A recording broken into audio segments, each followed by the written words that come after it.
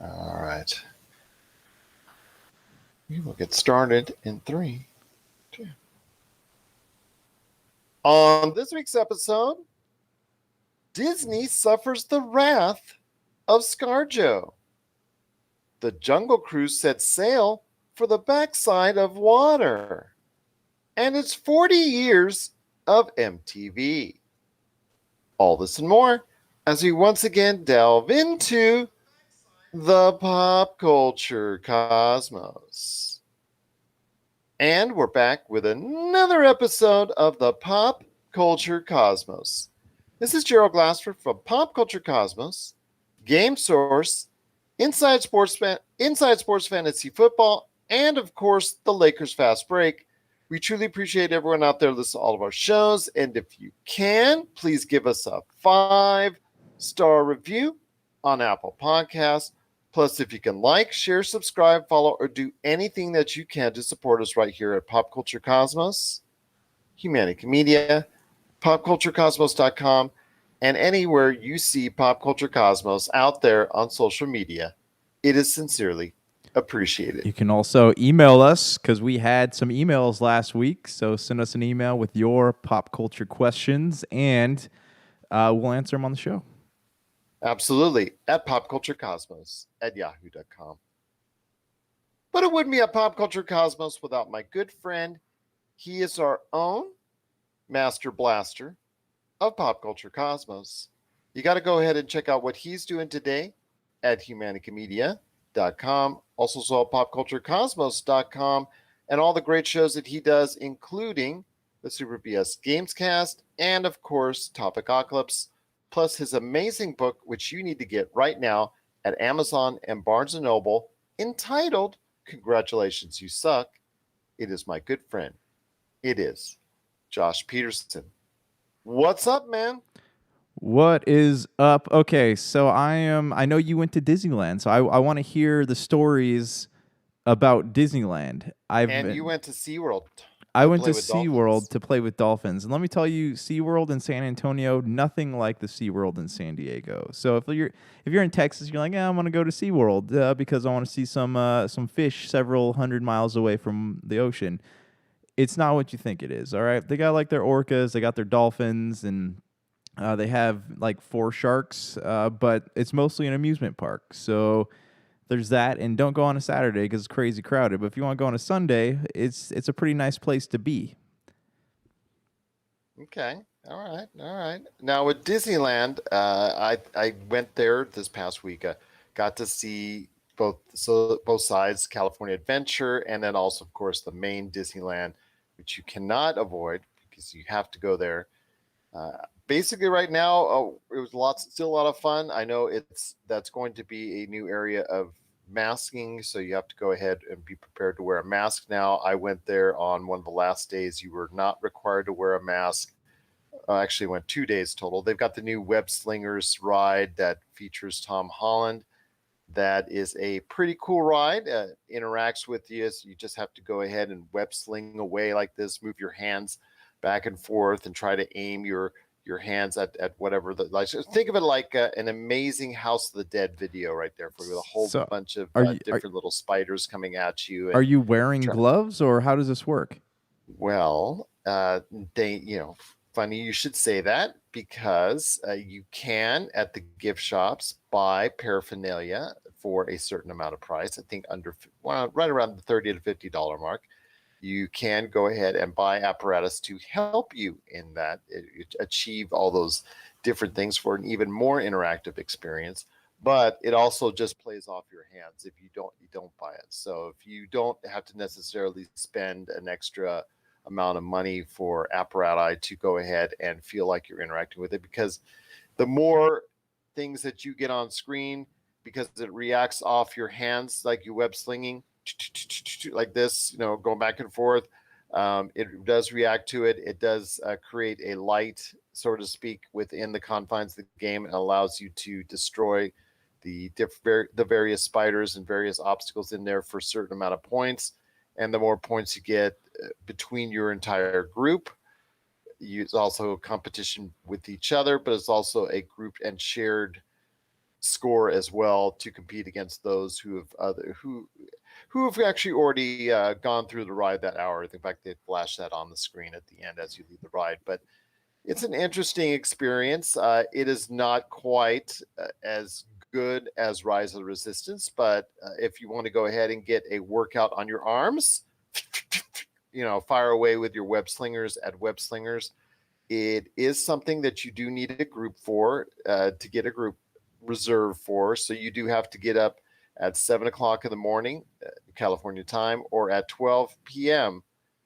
And also have the Disney app in order to reserve it, because you've got to go ahead and at that point in time, you have to be very quick to see if you're going to get a group, because if you're not, you will not be able to get on that ride. So just like the Rise of Resistance, it's the Web Slingers and the Rise of Resistance are the only rides that you need to reserve a group for. So that's what I was going to ask. Like most of all the other rides, so you're just queuing up in line whenever you get there, and you can only do it once a day, just to let everybody know. Okay.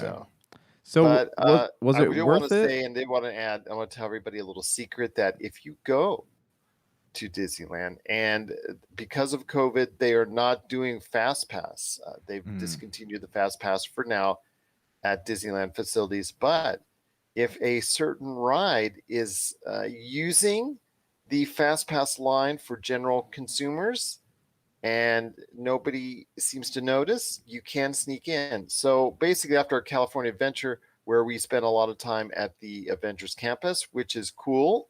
It's not very large, but still what's there is really, really cool. In fact, there's a lot of great food items that are there, especially at Pim's Kitchen. I cannot recommend that highly enough. But once you go over from California Adventure and all the rides and things they have there, and you go to Disneyland, you hop onto one of these places and you go down, and there is a general consensus going one way, and you're able to go the other side of the line. I would recommend you doing so, because you can save a whole ton of time.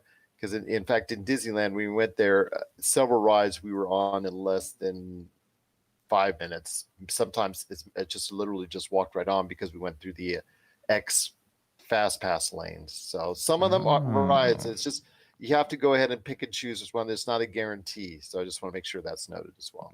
Tricks of the trade. So Disney has actually, we're going to be talking about some hot water they found themselves in with a certain star here later, but also I guess they just mandated that all their employees get vaccinated. So it's going to be interesting how that, how things unfold with that in the coming weeks. Absolutely. I know it's a hot button issue, so I'm not going to get into it here. But yes, they have mandated, along with several other private companies out there, or actually several other publicly traded companies, and have asked their employees to get vaccinated, and that's a decision that they'll have to make. And then yes, they've now have a mask mandate, and I believe it's indoors at all indoors facilities inside Disneyland. So yeah, that's something that you're going to have to go ahead and take a look at when you're down there. So please note that, and please note there are certain tricks and trade that you need to go ahead and be aware of. So YouTube is a great place to go, or just reach out to us here at Pop Culture Cosmos. But we do have a great episode coming up for you. Josh did hint at something going on within the confines of Disney as far as a pending legal battle. We're going to talk about that and the major ramifications of that moving on from it. Plus, we've got a whole ton of things we're going to talk about, including the latest Halo Infinite technical video.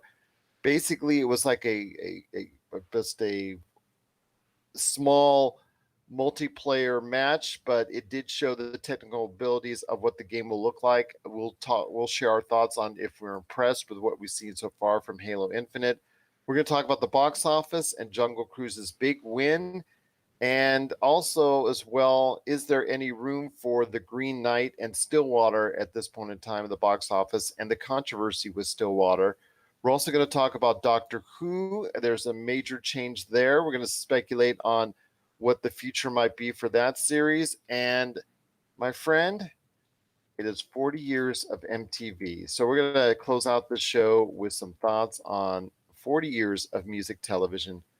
I don't know, really? Have they had really 40 years of music television? We're going to talk about that on the back end of the show as well. But first, my friend, it is the latest legal ramifications going on in Hollywood, and what's going on right now is going to have a major effect of certain projects going forward.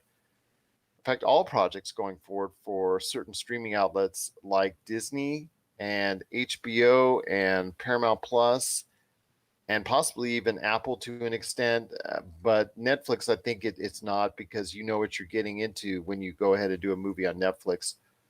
But Scarlett Johansson has sued Disney for profits or expected profits that were supposedly going to be made from Black Widow, which right now is targeting maybe 350 million dollars worldwide, you know, during its entire run to the box office. Which isn't awful. Just to Well, throw during, that out yeah, there. which isn't awful during now, but you know that's a movie that if you want to compare female-led driven Marvel movies, this is the movie that was probably expected, especially at its May release time originally, was probably going to do well over $1 billion. And it's a movie that came out to decent critical ratings. It didn't really come out to, you know, extremely poor ratings. Came out to ratings similar to what we've seen from several movies out there that have garnered 800 million to $1 billion. So I would probably put it between 800 million to 1.2 billion. And I know that we're reading reports that in fact, IGN has reported and touched on from other sources that Kevin Feige was really upset over this. That, you know, Disney is, putting their feet, they're entrenching themselves into the ground with their position on not financially compensating Scarlett Johansson for their maneuver that they did by making it streaming day and date with Disney Plus, which what her deal was originally was supposed to be something more financially gettable via the box office, as far as whatever her base salary was, plus more compensation points on the film, et cetera, et cetera. So that's something that could have totaled out to maybe 30, 40, $50 million or more as a total rake for her. So I'm with her on this. And I know Kevin Feige is really upset, according to reports, that he says he just basically said, Disney, pay her what they need to pay her for everything that she's done in the Marvel Cinematic Universe. To have her leave on this note and now become so petty, it also sets up for Hollywood a big problem, because you now have Emma Stone that's thinking about having her own lawsuit over Cruella because of the lost profits there. You have other individuals that are pondering the same thing for both there. You know, anything that's being released Disney Plus day and date. You know, you could have a situation with The Rock this weekend, and also Emily Blunt. They could be filing some charges in the not too distant future. Then you have individuals, maybe HBO Max. They're doing day and date, and it's free. Basically with whatever paid subscription that you have. So you have a lot of issues there with some actors who were expecting a lot bigger hauls and returns. And I just think at this point in time, Hollywood needs to bite the bullet and pay these actors what they were originally going to be paid, or should have been paid, and thereabouts. I think in the case of Black Widow, I think Scarlett Johansson, everything she's done for the Marvel Cinematic Universe, should be paid commensurate to whatever it would have done in a normal year. Can we just talk about how ridiculous this whole thing is, just from a consumer standpoint for a minute? Absolutely. Oh my And this gosh. doesn't. I just want to make sure this does not include the Gerard Butler lawsuit for Olympus Has Fallen, because that movie came out years ago. Oh no So no no. he's just looking for back profits, about $10 million Oh, for of that one. course, yeah. Everyone's trying to get a piece, but oh my gosh, I only made $30 million from this movie.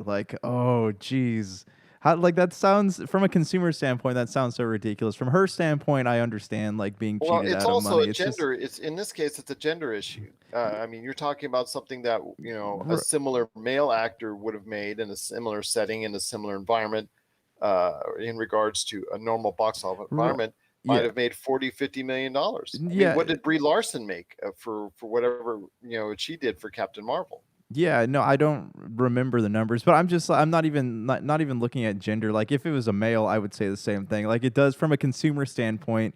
it sounds ridiculous. From a Hollywood standpoint, where these things are a big deal, yeah, I can see her being upset over this. I'd read that Warner Brothers actually renegotiated contracts when they were putting things out day and date on HBO Max. That's what I've heard as well. So S- hopefully all those were done and approved by the actors that had those type of agreements that had incentives based on box Yeah, office performance. right. So I mean, I just like I'm curious what Scarlett Johansson's contract looked like. Disney said they did renegotiate with her, but according to her legal team, they didn't, and she was not given a chunk of like I guess the streaming profits from Disney Plus is just from her incentives were just from box office only, and so when that dropped, she I guess felt like she got cheated out of more money, which it's possible that had it not been on Disney Plus, it could have done a lot more. But then it's also possible that I couldn't. It's hard to really know, but I had said at that time that I thought it was because of the move that I thought that the box office was being shorted by probably about yeah, 15 to 20% at least. right. I mean, and it's one of those things where you never really know until somebody confirms it. Like with what Shang-Chi, that comes out in September. I don't know if that's a day and date Disney Plus release, but if it's theater only, then it's going to be an interesting contrast, right, with Black Widow to see like if Well, this. Jungle Cruise, they were adamant on seeing only in theaters, and then at the last minute they decided to do day and date streaming. So that's Yeah. something that they'll have to deal with The Rock and Emily Blunt possibly as Oh, well. oh, I'm sure. I'm sure. And Cruella is something that Emma Stone is now contemplating, according to reports, of contemplating her future as far as possibly suing down the line as well. Yeah. Again, this goes back to Scarlett Johansson and 10 years she's given the Marvel franchise and Disney. How many young ladies? I mean, I'll put it like this: I just went to Marvel's, Avengers Campus at Disneyland, and Yeah. I saw so many individuals out there wearing Black Widow t-shirts. I saw so many young women wearing Black Widow t-shirts who have grown up with Scarlett Johansson's character. I mean, she has meant so much to Disney's franchise. She's been so undervalued, so underappreciated by Disney and Marvel, in my opinion, for several years. I mean, how many times have I told you till I'm blue in the face that this movie came out way too late? This movie should have come out in 2016, right after Civil War. I mean, Yeah. Well, had it done that when it was supposed to, I mean, this wouldn't have been a moot point at this point. There would have never been a case because she would have made everything that she would have made. And I understand that to us, it's just about millions of dollars and these are Hollywood stars, but it's also about you in the workplace being paid similar to what you should be paid. It's something that right. there's an expectation for, especially for all the time that you put in with a certain company.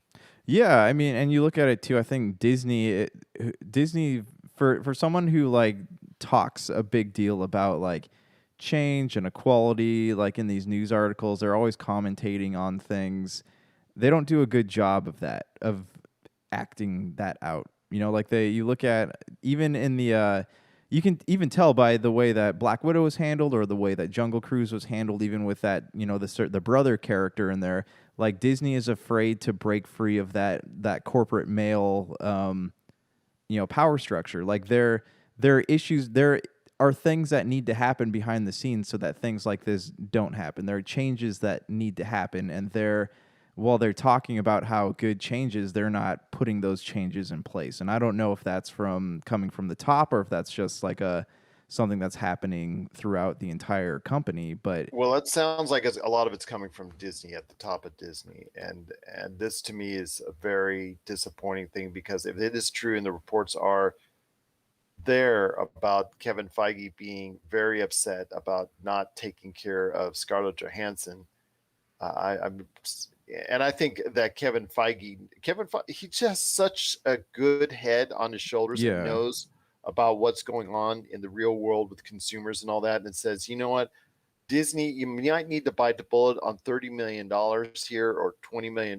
extra, but just bite the bullet on it, because for PR purposes, for the way it looks, for maybe things going forward, projects going forward, maybe there are actors or actresses who will not sign that you want Well, because of what's being done right now. yeah, that's what I was gonna, that was gonna be my next point here is that this is probably gonna have repercussions. It's like you look at, they had made a statement, right, that they're not doing long, multiple contracts for Marvel actors now. So now, what's going to happen when they see what's happening to Scarlett Johansson? Say they want to make another Captain Marvel movie or make a Gamora solo film, or really, anything that has a character that's not, a Robert Downey Jr. or Chris Evans type character. Like they're going to have, or even like you said, it's going to be interesting to see what happens with The Rock. But they're going to have issues securing talent because everybody to Disney is just dollar signs, whether it's the consumers, the actors, or the the production team. It's all just dollar signs to them. That's what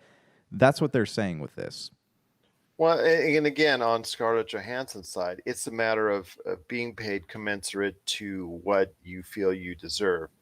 And, regardless of what's going on with the events of coronavirus and how that's totally changed, as you had predicted so long ago, and pat yourself on the back for that, and about how the structure of how we see movies going forward is going to change forever.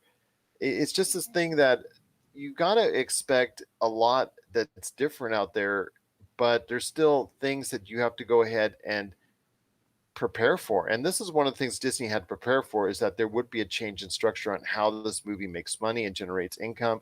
Yeah. But since this movie was made and completed before the pandemic, and contracted to Scarlett Johansson under different circumstances, you have to go ahead and say, you know what, we're going to bite the bullet for the best future of your Marvel franchise.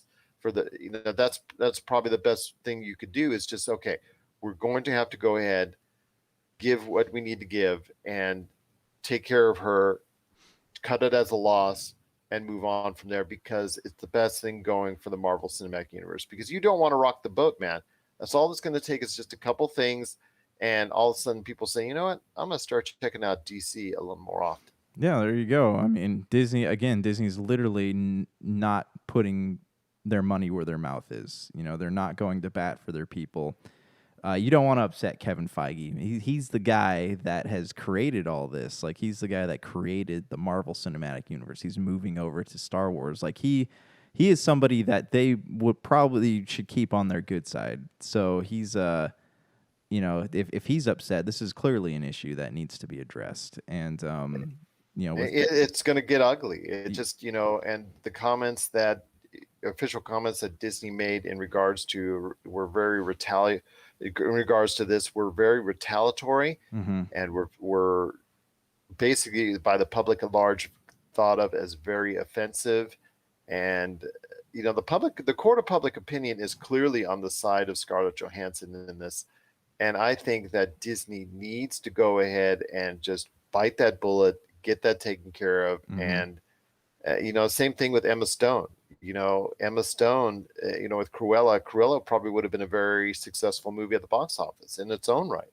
Yeah. And I think that they need to go ahead and just bite the bullet on whatever situations that they have now, put out these fires, go ahead for all these upcoming releases that you have, make sure you've got everything taken care of and got all your I's dotted and your T's crossed, so that you don't have to deal with this over a lingering issue going forward. Because if you're going to continuously do these day and dates, I understand that. I mean, the Delta variant with COVID is kind of dictating that you're going to have to continue with this model going forward if you're going to release movies. But please take care of your actors, take care of your actresses, take care of your talent. Otherwise, it's going to be very detrimental to your future going forward. Yeah, and as far as Emma Stone, it'll be interesting to see how much, I guess, ripples in the water that she creates after this whole Scarlett Johansson issue is settled or not settled. Well, that one's a more interesting case, and the reason why I say that is because you're trying to equate that to a movie similar in structure if it had been released before the pandemic. Yeah. What you're trying to evaluate that. I mean, with Black Widow, it's kind of easier to do. You could equate it to Captain Marvel. You could equate it to another standalone Marvel film that was released in May. You could do that all you want for there. So, I mean, there's like several different examples there. Cruella is a little bit different, that you don't have that many base models of films to go off of. So you're not sure exactly how well it was going to do. It was very well received critically. So I think it would have done well at the box office. I think maybe like a 4 or 5, maybe even $600 million return there. I'm just guesstimating, but that's still a lot of money in Emma Stone's if she had that type of incentive in her contract. Yeah, and again, it'll be interesting to see how this all plays out, especially. There's all these big plans for people to go back to movie theaters, and if that's not going to happen, then where will we be with things like this? Well, it is going to be an interesting question that's being brought up continuously as we go forward, but it is going to affect Hollywood, especially Disney, quite a bit with these day-and-day releases. Hopefully HBO Max and the folks at Warner Brothers and all that have got their I's dotted and T's crossed and don't have to deal with this and already took care of their actors and actresses. Same thing with Apple and Paramount Plus and all these other individual streaming outlets, Netflix even to an extent. So I'm going to say right now, Disney, please take care of ScarJo. Please take care of Emma Stone, and please take care of your actors and actresses to whatever commensurate deal that they should be deserving of getting. What are your thoughts out there on the litigation that's now taking place between ScarJo and Disney? Share us your thoughts, popculturecosmos@yahoo.com. Well, before we hit the break, my friend, and talk about more great things on the other side, including 40 years of MTV and also a new Doctor Who may be on the way, I want to ask you this, my friend. Did you see the technical video for Halo Infinite and the match, the new Bazaar area that they had? Apparently you have. So I want to hear your thoughts on this, on how good or not so good you have on, and maybe like an early read on Halo coming out later this year. I don't know. So this trailer we're watching, this is actually just a multiplayer trailer, but I did watch the technical demos, and I watched a couple of different people go through it. It looks very. Is it just me, or did it look choppy? Like, did all the footage look very choppy? It did not look bad. I'm not too impressed with it. It did not look that far different from what I'm used to in Halo games. So I'm not overjoyed or like, wow. That is not the coverage that they're showing down. There's something else. There was an actual match. Yeah, they were like I said. Yeah, so this is just the this is just the prep video that I think is shown off in the stream. I'm not mistaken. Yeah. Yes, it was an actual multiplayer match that we played. I don't know, man. I just did not think it was that great or that well above and beyond what we were used to. Yeah, so I mean, the loadout menus all look good. Colors pop, of course. Yeah, the colors pop, of course. But there's something about it that just felt off. Like, it just didn't. Watching these videos, I don't know if it's maybe the fact that it was Oregano or the flag is ours, whatever it might be. But just it didn't look smooth. You play the Halo multiplayer, Halo 3 or Halo Reach, and it flows very smooth. You don't like. It doesn't. I don't know, it doesn't like do things to your eyes when you watch it. Watching this, it looked like something was off. Like, it looked like place my head. So I'm wondering if they're gonna. I'm sure they're gonna clean it up a little bit more, but I'm kind of interested in getting my hands on this myself so I can see what it's like. But yeah, I mean, I feel like they probably have a little bit more work to do. But I'm curious to jump on the computer a little bit later and try to find out what some of the feedback was on it. I'd love to be a part of a beta for it. I'd love to see that happening. Play it day one with Xbox Game Pass. The Battlefield 2042 beta was also recently announced, so I'm looking forward to being part of that. I mean, for me right now, I think, and I'm sorry to say this as a longtime Halo fan, as someone who's played since the early days of Xbox, and I have almost the entire library. I still got to catch up, I think, with Halo 5 before Halo Infinite comes out. But I want to ask you this, my friend. I mean, right now, to me, Battlefield 2042, with that Battlefield 2042 portal announcement, I think that was just something that both myself and Jamie Monroy were very excited about seeing the possibilities of the sandbox that you can create from all the past assets of the Battlefield franchise. To me, I'm more excited about Battlefield 2042 coming out this fall than Halo Infinite. Yeah, Halo Infinite's like it. Not to be punny, but it seems like an infinitely complicated game, right? They have the multiplayer and all the different multiplayer modes, and the single player. Like there's definitely a lot more layers to Halo than there is to Battlefield, but with Battlefield, like they're giving people exactly what they want, right? You have elements of different games you can put in. You can incorporate it into, map builders and build maps, play with your friends, take elements from like Battlefield Bad Company and all the different Battlefields over the years. If they were to put that into Halo, and not just as a playlist, but like give you those pieces, all the stuff that you loved about Halo 2, also, if you love about Halo 3 and Halo Reach, like all those different multiplayer modes, and allow you to craft your own maps to play with your friends, and even like if they had some kind of algorithm that could tell like what created maps are played the most, and then they put that onto their server for different people to pick and play, like that could be an element that truly like makes Halo stand above all the rest of those multiplayer games. Well, we'll see what happens, my friend, as Halo Infinite comes out later this year, or is expected to, anyways. Could be delayed again, the way we see games being delayed. I mean, Horizon Forbidden West was just announced as having a delay into 2022. So who knows? I'm curious with I know Sony's supposed to have a State of Play, Sony, right? Or Sony. But they've already had one with Horizon Forbidden West. Yeah, so they're supposed to have one in September or allegedly going to have one in September that's going to talk about Horizon Forbidden West being pushed back and like what they're going to be releasing come this the fall or holiday season. And I don't know how this is gonna bode for them. Like Xbox might be the place to go this holiday season. Well, it might be a place to go, but they're still behind in sales as they just announced 10 million plus sales for the PlayStation 5. It's still selling very well, and there's still a supply issue with both systems. So we'll see what happens. I think it's going to be a very interesting fall and winter, to say the least, for Sony and Xbox. But Halo Infinite, yeah, we've got some thoughts on it, all right. But if you have thoughts out there on Halo Infinite, we'd love to hear them. popculturecosmos@yahoo.com. Well, coming up next, we still got so much to talk about on today's show. I'm going to give you an update on the box office, talk a little bit of Doctor Who, and 40 years of MTV. That'll be coming up on the back end of the show as well. This is the Pop Culture Cosmos. And we're back with the Pop Culture Cosmos. It's Gerald Glasser, along with my good friend, Mr. Josh Peterson. He is the man, the myth, the legend himself. Again, if you want to get a hold of us, we are at popculturecosmos@yahoo.com.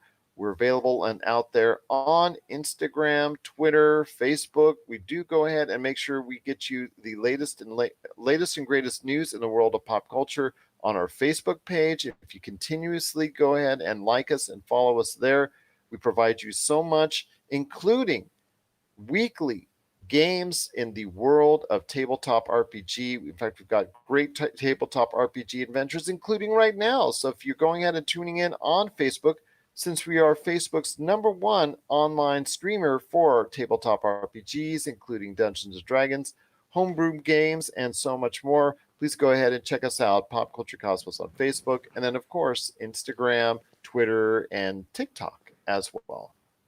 But my friend, there's still so much more to talk about on today's show.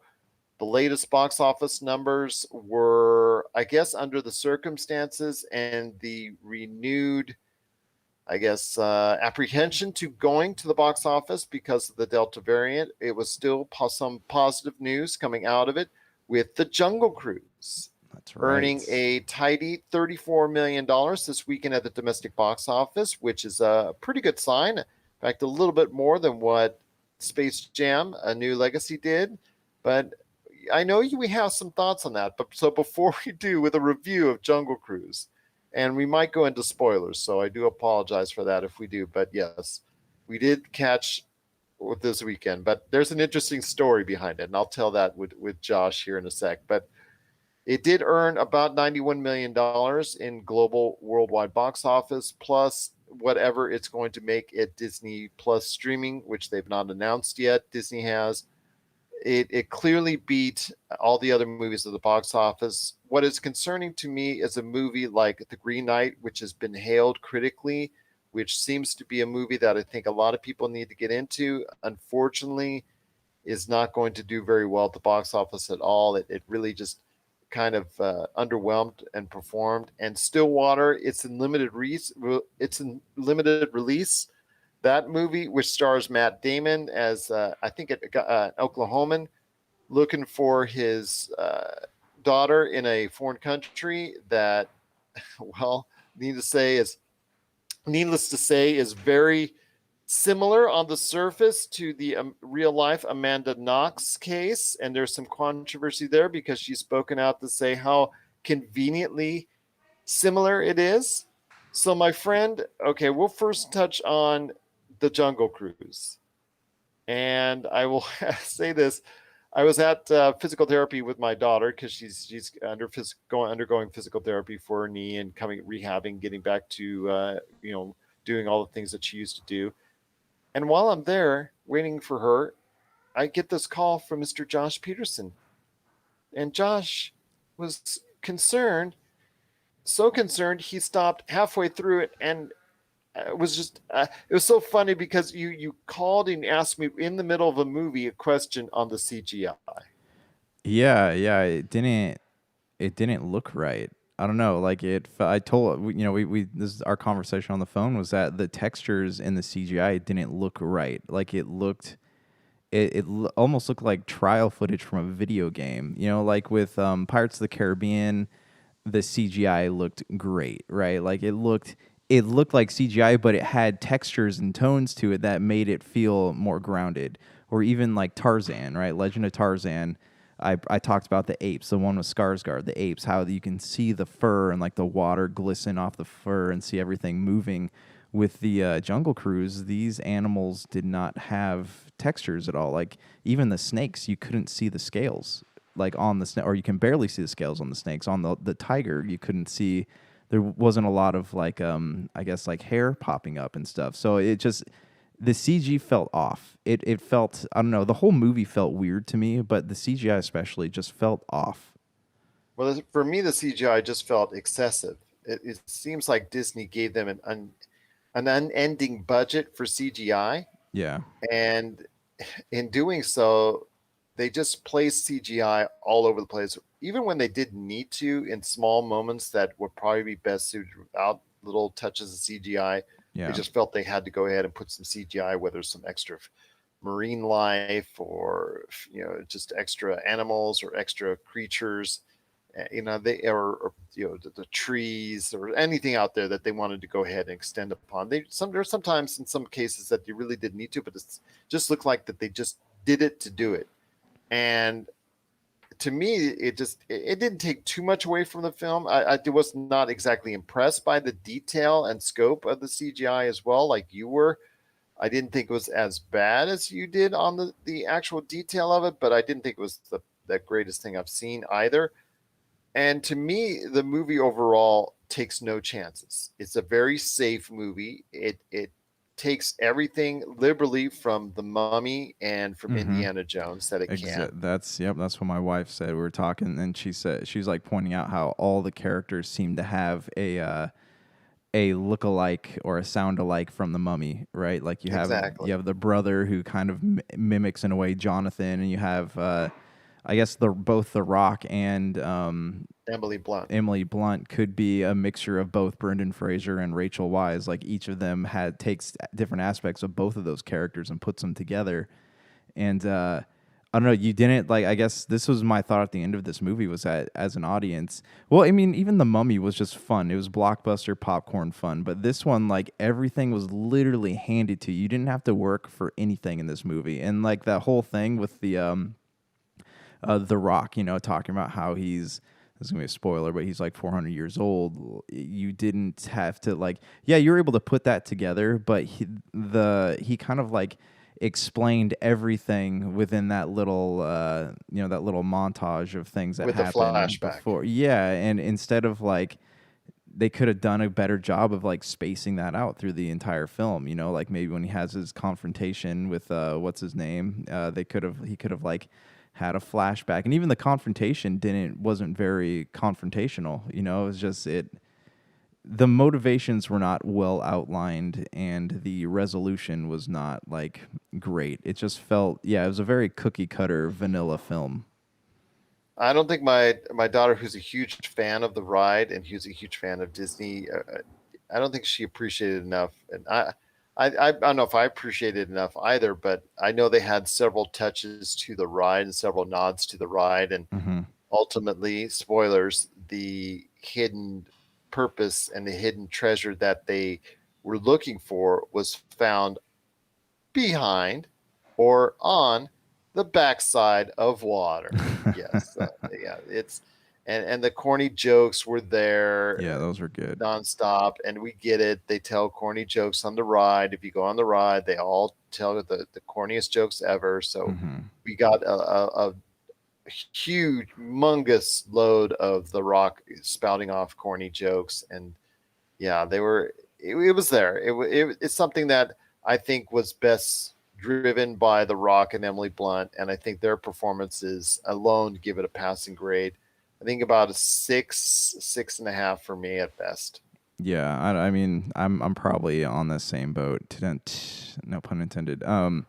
But yeah, I don't know if that's like a movie that, like, with the Pirates of the Caribbean, it's like it'd be cool to go back to that world after watching this one. Like, okay, I think one cruise around the jungle is enough for me.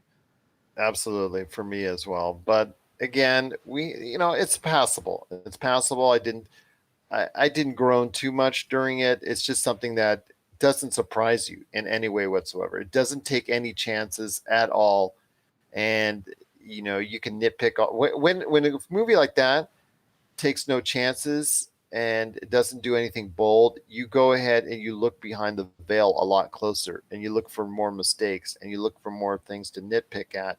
And I think that's what happens with this film because it's such a safe movie. You're trying to go ahead and peek behind the curtain even more. Yeah.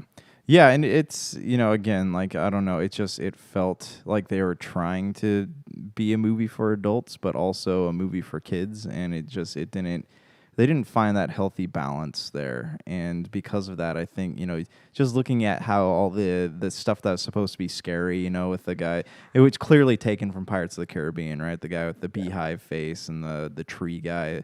Like, even with that stuff, like, they were trying to make it seem menacing, but it felt because of the CG, it just felt so cartoonish, and it was hard to take it seriously. Well, what are your thoughts out there on the Jungle Cruise? We'd love to hear them because for us, it was a passable movie, but not much more. If you really enjoyed the movie or you really couldn't stand it, we'd love to hear your thoughts. Popculturecosmos@yahoo.com. Well, my friend, the other movie I really wanted to talk about again, I really want to get a chance to see The Green Knight, and I'm hoping I will do so because I've heard so many good things about it.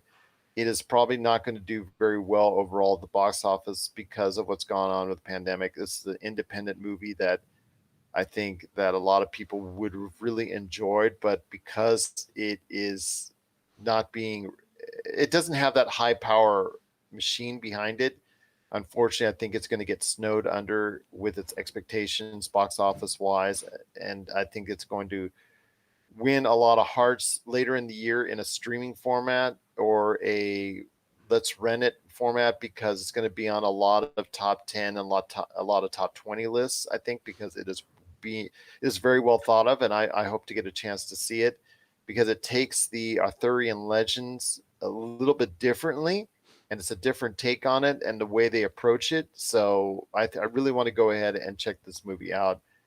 Unfortunately, again, it's probably not going to have a long stay at the box office, which means you're going to have to go ahead and search out for it when it hits home video or streaming of that nature. So my hope is that people will find it at some point in time with The Green Knight. But your thoughts on it? I mean, I know you're a little bit more Arthurian than I am in your love for that age. So you're interested in checking out The Green Knight? Yeah, I was actually like considering like going to a movie, trying to find a movie theater that's playing this, and checking it out. I've heard good things. It looks great. It looks very dark, very gritty. And this is about Gawain, I think is the. Yeah, and it's so funny because IGN, when you look at the review, one of the things they mention is color palettes, and whenever somebody mentions color palettes, I gotta think of you, my brother. Yeah. Well, it's all about them sweet, sweet color palettes. But Yeah. I don't know. This is like when you hear stories about the Knights of the Round Table, you hear about Arthur, you hear about Guinevere, you hear about Lancelot, but all the other like knights. This is what Clive Owen, yeah, his King Arthur movie back in, I want to say it was like 2006, I think, when that came out. But they did a good job of giving all the different knights like their due time. But like with most movies, you only hear about Arthur, Lancelot, or Guinevere, and it's often highly romanticized. So it's cool to get a tale that hasn't been told before, and a fascinating one at that. Well, definitely looking forward to catching that sometime this year when it becomes more accessible. But the other movie I wanted to talk about was Matt Damon's movie, and I'm not talking about The Last Duel, although it's kind of funny because if you saw a trailer this week for The House of Gucci, you realize it's another Ridley Scott movie with Adam Driver starring in it, which takes place and it gets released a month after another Ridley Scott movie with Adam Driver starring in it in The Last Duel. So I'm interested to see that Ridley versus Ridley 1 month after the other and seeing which one will do better financially and critically. I think The House of Gucci, I've got my odds on The House of Gucci, I think, just because of the bad accents we've already talked about on The Last Duel. Yeah, well, that's such a weird movie for Ridley Scott to do. Yeah. It's just, it's so out of his wheelhouse. Yeah, I agree, but I'm interested to see. I mean, Jared Leto looks totally different in that movie. I'm interested to check that out. I probably will see both, but yes, it's got my money so far on The House of Gucci. But getting back to Stillwater and Matt Damon's turn away from Arthurian legend and The Last Duel is he's playing a Oklahoma guy, a father who is trying to see if he can get his daughter out of a foreign prison for a crime he thinks that she did not commit. And I will just say that it does have very similar circumstances, you should say, to I guess the real life Amanda Knox and her scenario. I think in Italy, if I remember correctly, when she with a murder case down there and a murder case over there. And I will say that she is not wrong in her assessment of the synopsis of the film and look in the film, and that they borrowed probably very liberally from it. I don't know the legal ramifications of that or ethical or moral, implications on that. But yeah. I want to hear your thoughts on Stillwater before we head to the break. So this is a movie I didn't really even know anything about. I didn't even know, you had mentioned it. So I checked out a trailer and I didn't really know.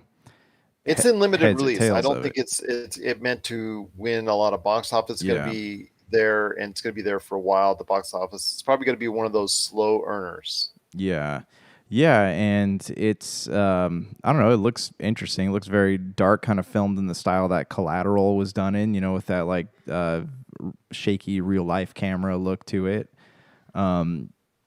Yeah, I'm probably not going to watch it. And I'm just curious. It does mirror a lot of real life things. So I'm curious, like, if there is any like consultation with the people involved, or if they just kind of like, that's what Hollywood does these days, right? They take like things that are happening in the news and they adapt them into movies, just changing the names and things like that. But if it's really like a blatant knockoff, I wonder if there was, if they had to get some kind of permission to use this stuff. Well, if they did that, I don't think they asked Amanda Knox if that's the case, and I don't know. That's for maybe a impending court battle to decide. So I'm not here to say whether on whose side I agree with, because, like you said, Hollywood does this all the time, where they'll take a real life circumstance change the location or change the names for fictionary purposes, but still, mirror so much of what the real life event is. So Yeah. you can take that for what it's worth right there. So Yeah, exactly. And that's I guess I mean, looking in the news, I don't know what libel means to anyone in these days, but I mean, it seems like that would be a pretty good libel case if you did not have the right permissions granted to do something like that. absolutely. But we'll take a look at it. We'll see if there's anything going on in the future for it, if there's an impending case that Amanda Knox may file against the production studio and all that. So we'll see what happens with Stillwater. But it is a movie that is getting and earning some acclaim for Matt Damon in possibly an early Oscar nomination role for him. So we'll see if people not only remember this movie come Oscar time, but if they go ahead and see some success from this film. So we'll update you if there's any news on Stillwater right there at Pop Culture Cosmos on Facebook. But what are your thoughts that this weekend at the box office with The Green Knight, Stillwater, and the box office champ, The Jungle Cruise? Please share us your thoughts. popculturecosmos@yahoo.com. Hey, man, give me 1 minute. I got to grab something. You grab something indeed. And we're back with the show. It's Gerald Glassford right here along with my good friend, Mr. Josh Peterson. And Josh is just going to go, hopefully, grab a beer or something. But as he heads to go ahead and grab something real quick, let me just mention this before we head on out. I want to go ahead and mention that in major news in the UK this week, and for those fans of the long-running and much adored and very respected Doctor Who series, the BBC, I guess, announced that Jodie Whittaker, who was the star for the past 3 years and the first female to play the lead role of Doctor Who, she is leaving after 3 seasons. And also, as well, on top of that, the showrunner, Chris Chibnall, is gone as well. They're going to be exiting in 2022. So that is a very interesting thing that went up. I think that a lot of people were expecting her to be a little bit there for a little longer. I guess she may be, I guess Jodie Whittaker herself may have been planning to leave the series after 3 seasons. And maybe that's something she had by design already, but it just seemed to come out of nowhere that she and the showrunner are both leaving the series after 3 seasons. I know it is, according to what you see in reports, it is not doing quite as well as it once did, but the show is still one of the hallmarks and foundations for the BBC as far as that's concerned. I think it's something that I don't think it will be canceled or will be, taken off the air anytime soon. I think it's a foundationary piece of what the BBC is all about with Doctor Who. But this is going to be interesting, and speculation is starting to already mount on who they want to go ahead and head the series as Doctor Who. Any thoughts on it? Because it is a staple of pop culture. So many fans over the years have been so beloved of this series.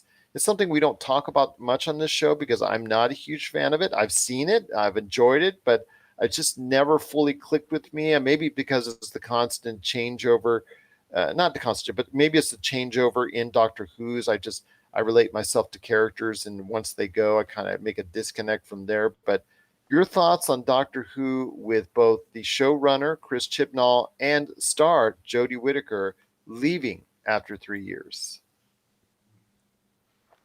So this is I've never actually watched Doctor Who before. My uncle keeps trying to get me to watch it. But I do have friends who are big fans of it, and they were big fans of Jodie Whittaker. I'm curious if there's been like speculation on why they're leaving, floating around the internet. But I'll tell you who I would love to see in the role of Doctor Who. And I say this every time you ask me about a British show. I will either say Tom Hiddleston or Idris Elba. That's just me putting my hat in the ring there. Those are excellent suggestions, but I think at this point in time, it's going to be hard to get either one of them. I think maybe as a 007, I think it's a little bit bigger reach, Henry Golding, I think is a name I'd like to put in there for Doctor Who and 007. I think that would be someone right there. I think that could do also an amazing job in either role. So I'm just putting it out there. I mean, Snake Eyes will never not perform financially, I think, to the expectations for anyone, but I think you got to go ahead and give it a pass considering COVID. In fact, a lot of these movies, you're going to have to give a pass on what they could have done at the box office considering COVID. So be that as it may, I think that Henry Golding would also be someone I like to throw in the hat there for 007 or Doctor Who. But John Boyega is someone that I think a lot of people have talked about and bandied about his name. It's interesting. What kind of weight does Doctor Who still have? Because that used to be such a role that was vaunted, that such a role that was truly sought after by the British actors and actresses out there. How much has changed in the role of Doctor Who? Does it still have that same kind of prominence within not only British pop culture, but the world pop culture as well? Let me throw out another pick for you, Emilia Clarke. There you go. She would be awesome in that role, I think. She's very quirky. The thing is, though, I mean, does this series still hold a high enough esteem to get and garner actors and actresses like that? That's what I would like to know.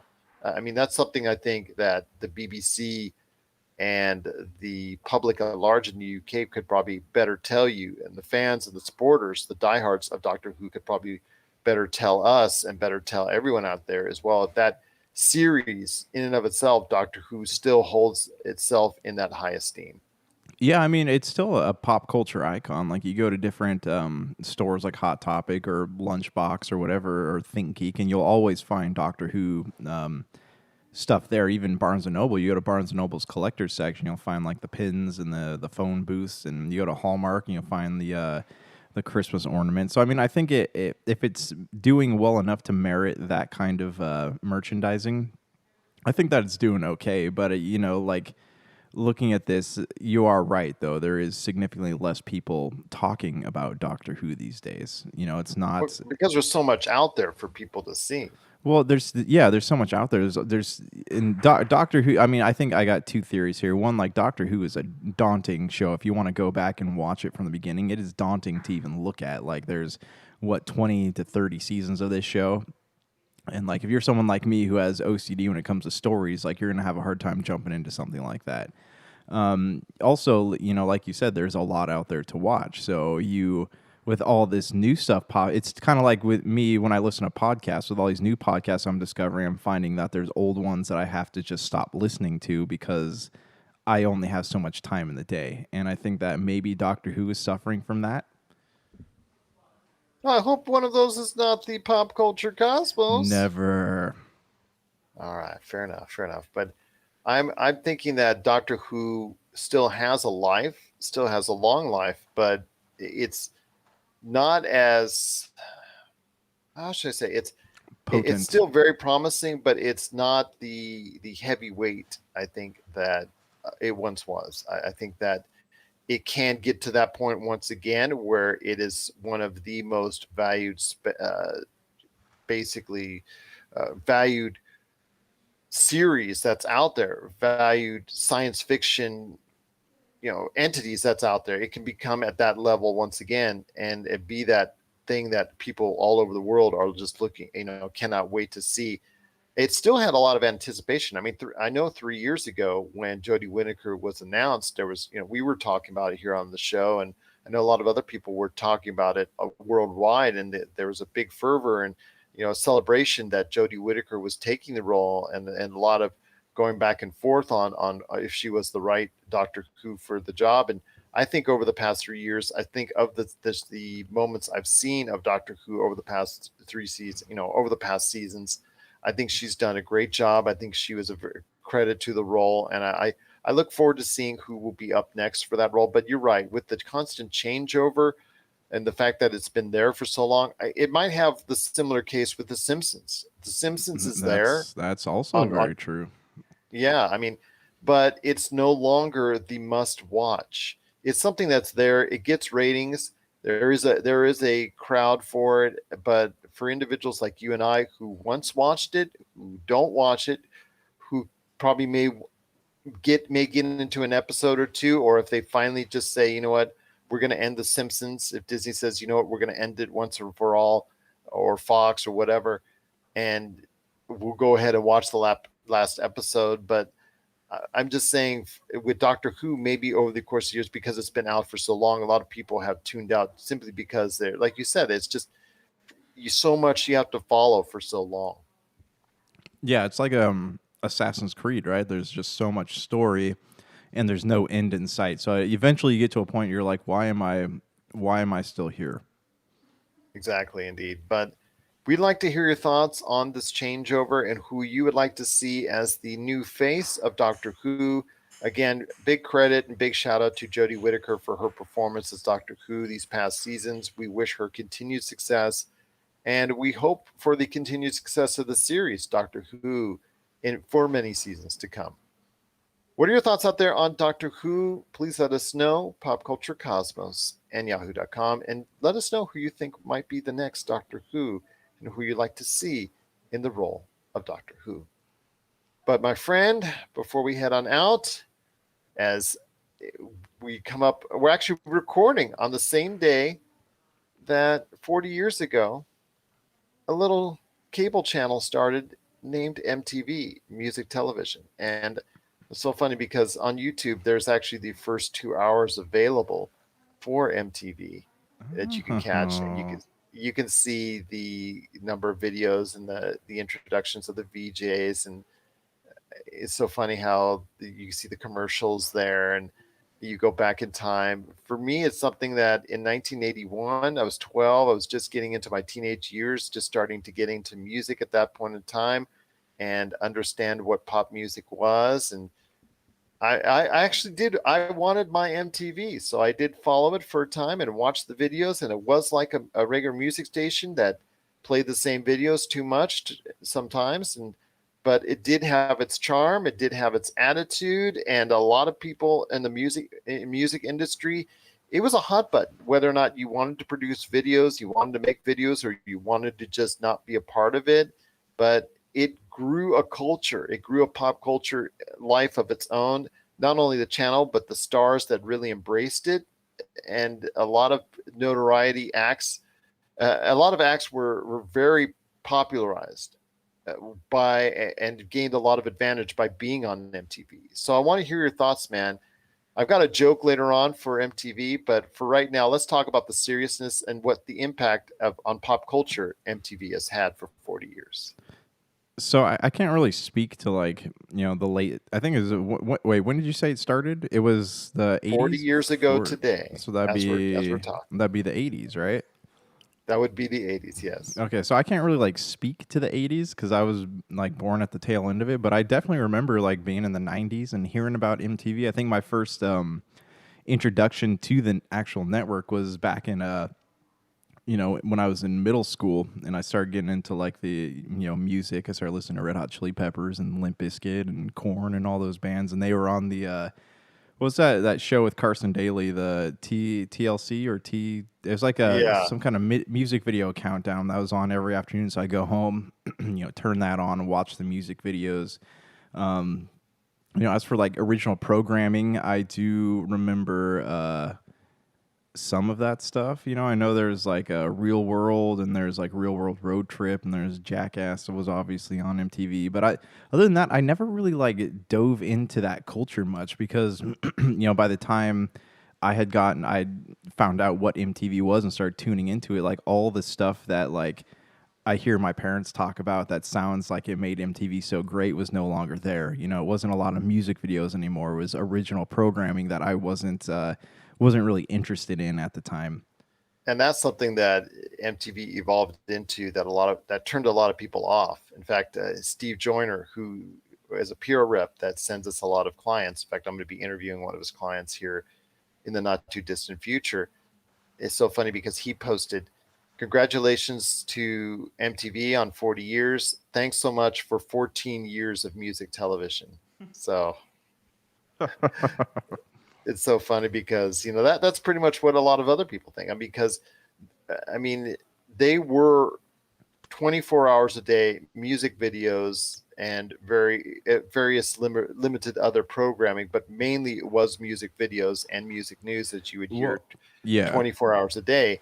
And then all of a sudden they strayed away from that. Like you said, they went to a more reality-based programming, and then now they're now just a regular channel. They're now just, okay, we're going to show you some music things, but we're also going to show you a ton of movies. We're going to be like a normal channel. So it does not have nearly the same effect. Yeah, and one of our favorite movies of last year was actually had a lot of clips from MTV on it with what's his Class Action Park, Class right? Action and Park. It had featured the guys from I think the guy from Skid Row was being interviewed, and Alice in Chains. Lane Staley, I think, was being interviewed on there. But just seeing it in every like documentary that features things from the 90s has something from MTV in it. So that goes to show you just how like iconic that station And even has then been. it was starting to lose some of its weight. In the 80s was its real power as it grew, because it exploded onto the scene with pop culture and pop music at that point in time. The British wave of pop music coming over. The MTV helped popularize that. The techno sounds that you hear and the poppy sounds that you hear from the 80s, the diverse sounds from either heavy metal that was popularized during the day, like Def Leppard or Motley Crue or other artists like that had that guitar sound, were also popping their videos on MTV. To me, the 80s has a more diverse mix of music that was popular, more so than any other decade, and a lot of that can be attributed to MTV. Yeah, and I see MTV, from what I understand, did in the 80s what Mortal Kombat did in the 90s, right? It just like irritated parents beyond belief. Like they were just constantly looking for things that were wrong with MTV. I'll tell you what, MTV does have its history. It's no longer the channel that it once was, but still kudos on 40 years. We do congratulate you on that. The impact that you've had on pop culture is immense. It is not what it once was, but still continued success for MTV as it heads into another 40 years. Boom. What are your thoughts out there on 40 years of MTV? Please share us your thoughts. popculturecosmos@yahoo.com. Well, my friend, it's been a great episode. I cannot thank you enough. Do we have time for a couple emails? Yeah, absolutely. I was going to go to any last thoughts on the way out. I don't, but we have a couple people who do have some thoughts. So you look up on the screen there. Commercials. This is from Jonathan Crane from Oakers, California. Commercials were so much better in the 90s than they are today. I remember as a kid watching Saturday morning cartoons and seeing the various commercials for new toys and being super excited to convince my mom to spend more money on me. What are your favorite commercials from the 90s? And this is appropriate since we're talking about MTV. Ooh. Was that? That's right. That was a Budweiser. Yeah, that was a 90s commercial. That was Budweiser. Okay, I'm pretty sure. I'm Yeah. sure someone will correct me if I'm wrong, but I'm pretty sure that was a 90s commercial. And I think this was the late 80s, but Wendy's Where's the Beef? Okay. That was something, I think, 80s, 90s. I think they held that for quite a spell. Those are some of my favorite influences. I agree. The commercials were so much better in the 80s, 90s because a lot of them tried to tell a story in that 30-second span. And you don't have as much these days because it's just about either we're going to show you something and at the very last second we're going to flash the screen of who you're supposed to buy or the products you were supposed to buy, or we're just going to flash the product in front of you for 30 seconds and there you go.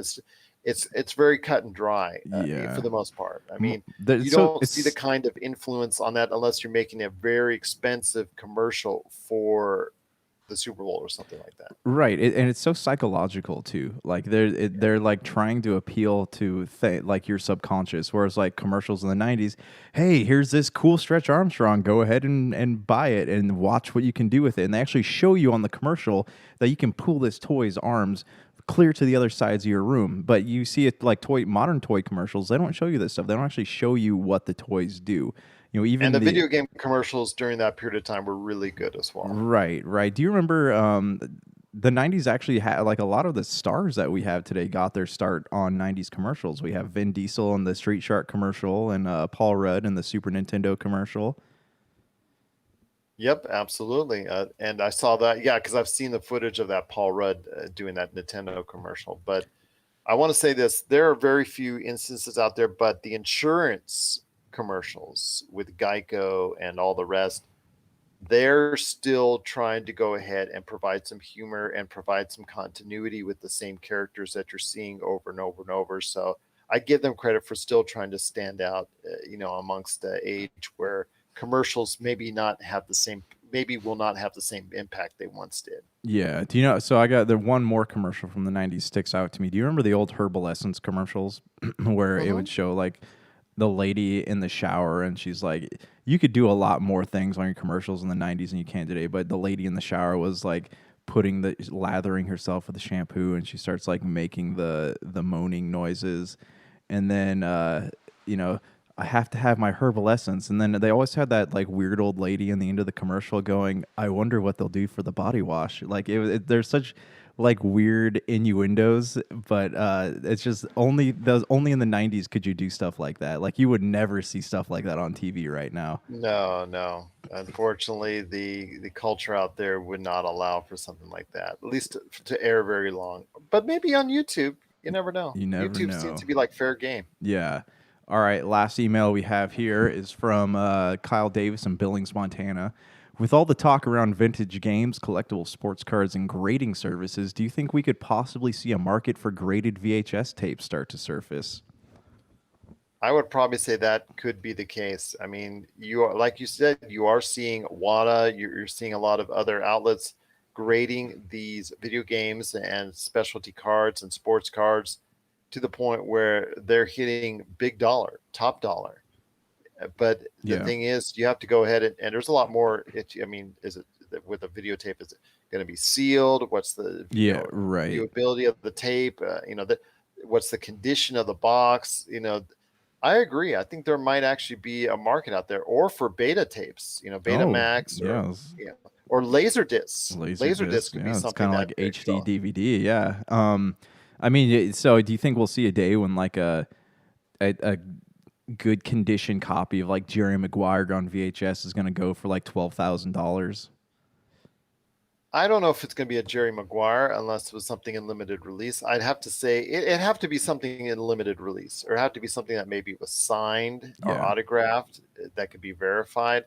But I would not put it past our culture today to go ahead and start propping up these older video devices such as VHS, such as Betamax, such as Laserdisc, and start making some of them more valuable just by their sheer authenticity and just by the fact that we love that type of culture so much. Yeah, and you already see those articles on on whatever your news sites are where people talking about how they have a collection of Disney VHSs that are selling for like 12 grand. They're posted on eBay for 12 grand, not necessarily selling for that much, but I don't think that that's a future that's unimaginable.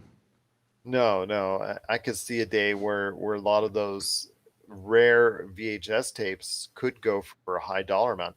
The millions of dollars, I'm not sure, but at least could go for an amount that a lot of people would be interested in, and possibly even start a collection craze in and of itself. Yeah, exactly. Well, thanks for sending us those emails. If you have more questions, if anyone out there wants us to read their questions on the show, you can send an email to popculturecosmos@yahoo.com and we will read them right here on the show. Absolutely, my friend. But no last thoughts on the way out? No, I mean, I've kind of been, I'm trying to like think what I've been doing lately as far as pop culture stuff goes. I've been trying to catch up on some Games Pass games. Yeah. Other than that, though, I haven't been tuning into too much lately. Oh, there you go. But I do want to thank for stopping by on extended interviews and discussing the controversial Netflix offering Masters of the Universe Revelation, Kevin Smith's latest offering, and hearing both Rob McCallum and Noah Ian Fine's both sides of it. I hope you catch that PCC Multiverse we dropped on last Friday. I could not post a regular episode because I had some transportation issues leaving California, coming back to Vegas. Budget Rent-A-Car, you stink, and you'll get yours, I'm assuming, at one point in time. But, you know, my friend, it just, like I said, I had a great time at Disneyland. Highly recommend Avengers Campus, and looking forward to returning to the Magic Kingdom on either side of the U.S. one day soon. Can I, real quick, I did listen to the episode, and I've read a lot of the stuff both online and being posted by like Rob and Jay. I'm actually, because that's been ongoing. They seem, yeah, it's actually, you know, it was like a hot button issue for like a hot minute with the social media, but they've kept on continuing it. I'm not sure if I think it's outlived that controversy, but yeah, they've continued that conversation. I'm enjoying the series. I like it, but I mean, I don't have, I guess, like the history that everyone else has with it. But I think it's okay. I'll watch the rest of it, and I'll give you some more complete thoughts. But I'm enjoying it. Please so do. far. I liked it. I'm going to say right now, I liked it. I was pleasantly surprised. I was really hard on it going into it, and I came out of it with whole new expectations for it. So I really liked it. Yeah. I just thought it was just going to be, you know, this hot mess, and it ended up being a hot mess I kind of liked. Yeah, I mean, it was shocking, like the direction it took at first, but then I was like, I can get behind this. Like this is cool. I love everything about this looks good. Yeah, people just need to chill. I mean, you got to understand, when Hollywood goes ahead and makes these remakes of your favorite IPs or extended or renewed version, what have you, whether it's a video game, whether it's a film, whether it's a television series, they're not going to make it exactly the way it was before. They're going to go ahead and mold it in the fashion of what is acceptable in today's environment. Yeah. And if you can't get with the program, don't watch the program. Exactly. It's as simple as that. Yeah. It's not, you know, if you've had this fond memories, or you worried about killing your childhood or whatnot, just don't watch it, because it's going to be quite different than what you saw before. I agree 100%. So for Josh Peterson, this is Gerald Glassford.